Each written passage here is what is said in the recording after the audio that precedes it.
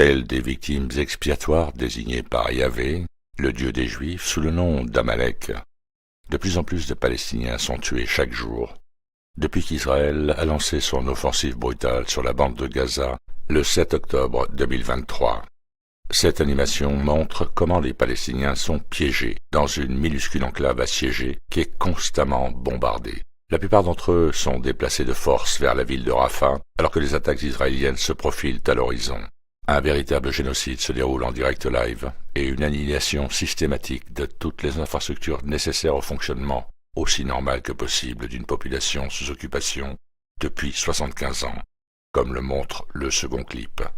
L'objectif est très clair, raser totalement la bande de Gaza et ses habitants pour permettre aux colons juifs de reconstruire à leur goût sur une terre gorgée du sang d'Amalek. La folie du judaïsme dans toute sa splendeur, avec la bénédiction de tout l'Occident.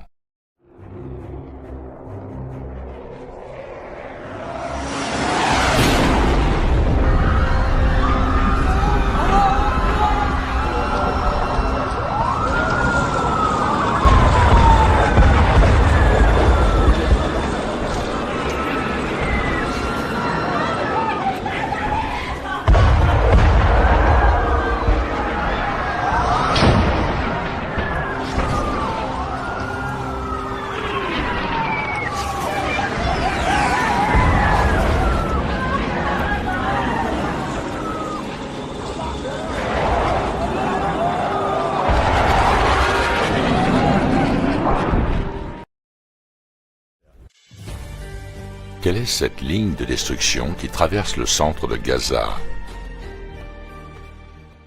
Voici une carte publiée par les Gardiens le 30 janvier dernier, montrant l'étendue des destructions atteintes à Gaza par les bombardements israéliens depuis le 7 octobre de l'année dernière.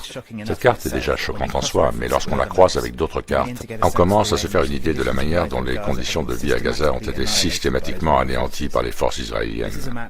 Voici une carte montrant tous les bâtiments résidentiels à Gaza avant le 7 octobre. Voici ce qu'il en restait à la fin du mois de janvier.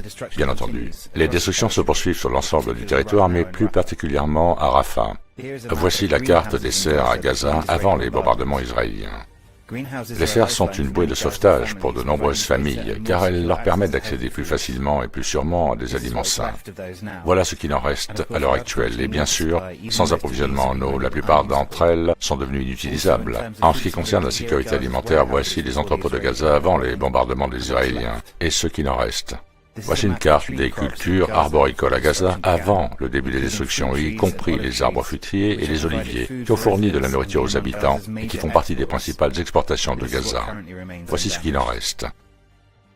Cette carte montre toutes les écoles privées, les écoles de l'autorité palestinienne, les écoles de l'UNWRA et les universités qui existaient à Gaza avant le 7 octobre.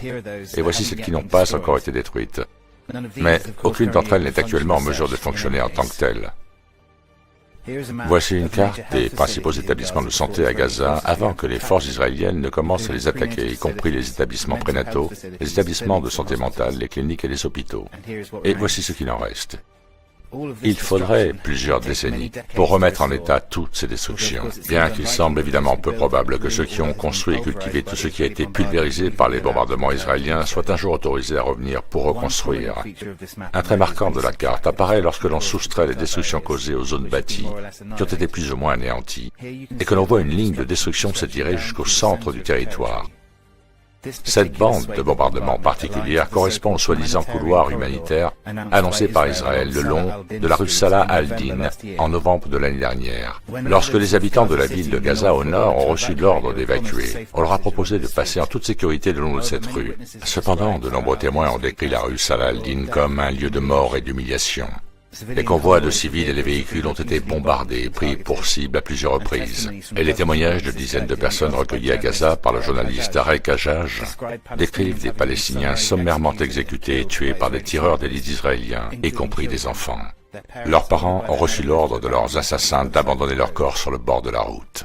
Selon ces témoignages, des personnes ont été forcées de ramper sur le ventre pour traverser des postes de contrôle, de se déshabiller, de descendre dans des fosses remplies de cadavres, parfois pour être abattus, parfois pour être libérés, et bien d'autres horreurs encore. La rue est jonchée de corps d'hommes, de femmes et d'enfants dans différents états de décomposition. Des millions d'histoires d'horreur comme celle-ci se cachent derrière ces simples taches rouges qui délimitent l'anéantissement d'un peuple.